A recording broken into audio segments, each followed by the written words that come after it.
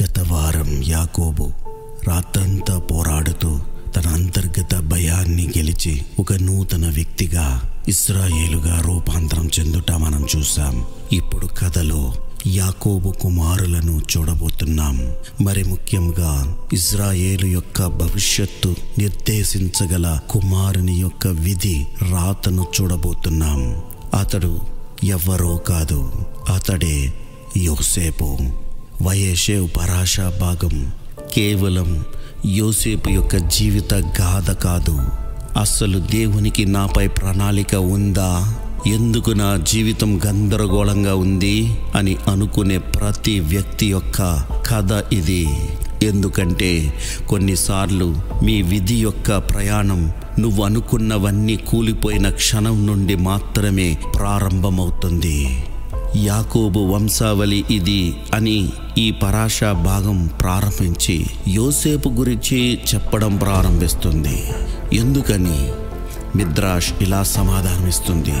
యోసేపు జీవితం ఇజ్రాయేలు చరిత్రను ప్రతిబింబిస్తుంది. ఇజ్రాయేలు జనాంగం ఎదుర్కొనబోయే ప్రతి పోరాటం వెనుక గూఢమైన రహస్యాలను యోసేపు జీవితం వెల్లడి చేస్తుంది. ఎందుకంటే యోసేపు జీవితం సాధారణమైన కథ కాదు, అది ఇజ్రాయేలు చరిత్రకు ఒక నమూనా. యోసేపు 17 ఏండ్ల వాడై ఉన్నాడు. అతను తన తండ్రి నొద్దకు తన సహోదరుల గూర్చిన సమాచారాన్ని తెచ్చేవాడు. అతను కలలు కనేవాడు. మరెవ్వరూ చూడనివి అతను చూసేవాడు. ఇతరుల కన్నా భిన్నంగా ఉండుట వలన సమస్యలను తీసుకొని వస్తుంది. యోసేపు అన్నలు అతని కలలను అహంకారంగా చూశారు, కానీ పరలోకం అవి జరగబోయే ప్రవచనంగా చూసింది. యోసేపు కలలు అధికారం కొరకు కాదు, అతనిపై ఉన్న బాధ్యత కొరకు అని మిద్రాష్ చెబుతుంది. కానీ మన చుట్టూ ఉన్నవారు మన లక్ష్యాన్ని చూడలేకపోవటం వలన మన ఉద్దేశాలను తప్పుగా అర్థం చేసుకుంటారు. యాకోబు యోసేపును తన అన్నల క్షేమ సమాచారం తెలుసుకొనుటకు మాత్రమే పంపిస్తున్నాడు. కానీ పరలోకం యోసేపు జీవితంలో ఒక గొప్ప మలుపు తీసుకొని రావడానికి పంపిస్తుంది అని తోరా చెబుతుంది. ఎందుకంటే కొన్నిసార్లు నీ జన్మకు కారణమైన గమ్యం దిశగా ప్రయాణం నువ్వు వేసే ఒక చిన్న అడుగుతో ప్రారంభం అవుతుంది అని నీవు గ్రహించలేవు. అదిగో కలలు కనువాడు వస్తున్నాడు అని అతని అన్నలు అన్నారు. యోసేపు వచ్చిన మరుక్షణం అక్కడ వాతావరణం మారుతుంది. అన్నల యొక్క అసూయ ఒక కుట్రగా మారుతుంది. అతన్ని భయపెట్టడమో లేదా అతన్ని పరీక్షించడమో వారి పథకం కాదు, అతన్ని అంతం చెయ్యడమే వారి ఆలోచన. ఆ సమయంలో కలలు కనేవాడినే చంపేస్తే వాడితోనే వాడి కలలు కూడా చచ్చిపోతాయి అని సాతాను వారి చెవిలో చెప్పాడు. అయితే దేవునికి తెలుసు, ఆయన వేసిన ప్రణాళికను ఎవ్వరూ నాశనం చేయలేరు అని. వారు యోసేపు అంగిని చింపేశారు, అతనిని గుంటలో పడేశారు. అయితే ఆ గుంట ఖాళీగా ఉన్నది, అందులో నీళ్లు లేవు అని తోరా చెబుతుంది. కానీ అది విషపూరితమైన సర్పాలు మరియు తేళ్లతో నిండుకొని ఉంది అని మిద్రాష్ చెబుతుంది. ఇది కేవలం నేలపైన ఉన్న ఒక గుంట కాదు, ఇది యోసేపు యొక్క మొదటి చెర. తొలిసారి యోసేపు మోసాన్ని రుచి చూస్తున్నాడు మరియు మొట్టమొదటిసారిగా పరిత్యాగాన్ని అనుభవిస్తున్నాడు.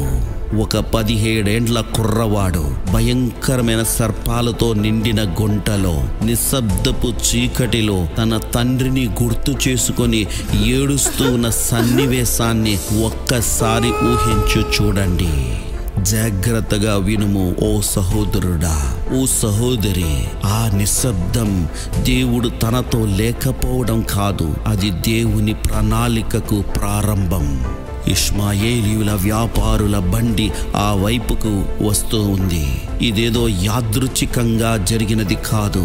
వారిని ఆ వైపుగా వచ్చేటట్లు దేవుడు వారి మార్గాన్ని మార్చి సరిగ్గా ఆ సమయానికి వారు అక్కడికి చేరుకునేటట్లు చేశారు. ఎందుకని అలా చేశారు?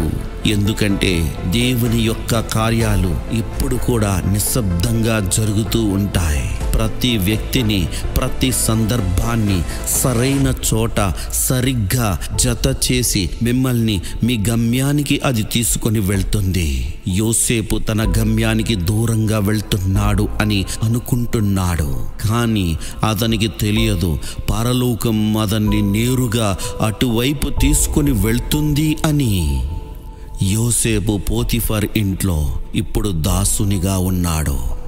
అయితే తోరా పలుమారులు హషేం యోసేపునకు తోడై ఉండెను అని చెప్పడం మనం చూస్తాము. అయితే దేవుడు అతనికి రాజ్యభవనంలో ఉన్నప్పుడు కాదు, బానిసత్వంలో ఉండగా అతనికి తోడై ఉండెను. ఇదే విశ్వాసం అంటే. అన్ని సవ్యంగా ఉన్నప్పుడు దేవుని నమ్మడం కాదు, గాని ఏది నీకు అనుకూలంగా లేనప్పుడు దేవునిపై నమ్మిక ఉంచడమే విశ్వాసం. పోతిఫరు భార్య యోసేపును తన వలలో వేసుకోవడానికి ప్రయత్నిస్తుంది. ఇది సాధారణమైన శోధన కాదు. ఇదే ఇజ్రాయేలు భవిష్యత్తును నిర్దేశించగల యోసేపునకు ఒక పెద్ద ఆధ్యాత్మిక పరీక్షగా ఉంది. ఆ శోధన నుండి యోసేపు పారిపోయాడు. ఎందుకంటే కొన్నిసార్లు పోరాడడం కన్నా ఆ పోరాటంలో మనం ఓడిపోక ముందే పారిపోవటం మంచిది. అయితే అతని నీతి అతనిని ఆ అన్యాయం నుండి కాపాడలేకపోయింది. అతడు చెడు చేసినందుకు కాదు గాని మంచి చేసినందుకు చెరలో వేయబడ్డాడు.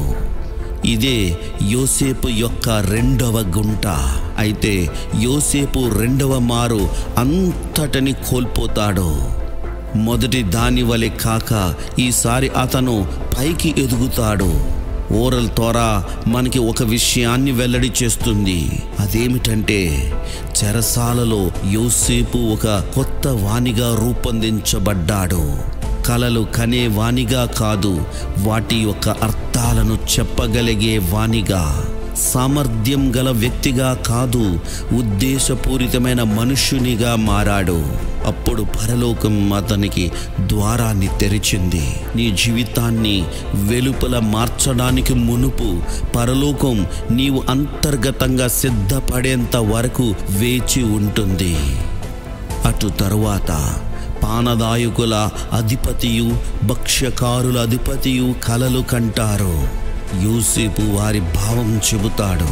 అప్పుడు నా వలన కాదు, దేవుడే ఉత్తరమిచ్చును అని మొదటిసారి యోసేపు చెబుతాడు. ఆ సమయమున యోసేపు కేవలం ఒక కలలు గనే వానిగా కాదు, ఒక దైవిక సాధనంగా మారుతాడు. అప్పుడు యోసేపునకు కూడా తెలియదు తన కొరకు వేచి ఉన్న సింహాసనాన్ని పరలోకం సిద్ధం చేయడం ప్రారంభించింది అని. యోసేపు జీవితంలో ఏది యాదృచ్ఛికం కాదు.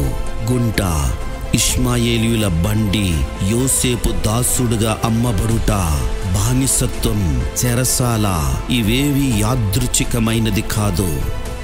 ఒకరోజు యోసేపు తన కుటుంబాన్ని రక్షించగల స్థాయికి తీసుకొని వెళ్ళడానికి ప్రతి అడుగు ఒక్కొక్కటిగా అల్లుకుంటూ అతనిని నడిపించింది. కాబట్టి వైయషేవ్ యొక్క సందేశము ఇదే. నీవు ఎన్నికించబడినప్పటికీ నువ్వు గుంటలో వేయబడతావు. నీకు ప్రణాళిక ఉన్నప్పటికీ మోసగించబడతావు. నీవు దేవునితో నడిచినప్పటికీ తిరస్కరించబడతావు, నిందించబడతావు, మరువబడతావు. ఎన్నికించబడడం అంటే నీ జీవితం సులభంగా ఉంటుంది అని కాదు, నువ్వు ఎదుర్కొనే కష్టాలకి అర్థం ఉంది అని. యోసేపు తాను కష్టాలు ఉన్నా గాని పైకి రావడం కాదు, కష్టపడ్డాడు కాబట్టి పైకి వచ్చాడు. ఇప్పుడు ఇక నీ వంతు. నీ జీవితం వెనక్కి వెళుతున్నట్టు అనిపిస్తుందా? యోసేపును గుర్తు చేసుకో. అతని కల ఆ గుంటలోనే ముగిసిపోలేదు గాని అతని ఘనతకు నాంది పలికింది. నువ్వు దేవుని ప్రణాళికలో భాగం అవ్వడానికి దానిని అర్థం చేసుకోవలసిన అవసరత ఏమాత్రం లేదు. వేచి ఉండు, యథార్థంగా ఉండు, దేవునితో నడుస్తూ ఉండు. ఎందుకంటే కొన్నిసార్లు దేవుడు నీ కలలను నిజం చేయక ముందు నిన్ను పరీక్షించాల్సి ఉంటుంది. సరి అయిన సమయం వచ్చినప్పుడు నువ్వు ఊహించలేనంత ఎత్తుకి ఆయన నిన్ను తీసుకొని వెళ్తాడు. షలోమ్.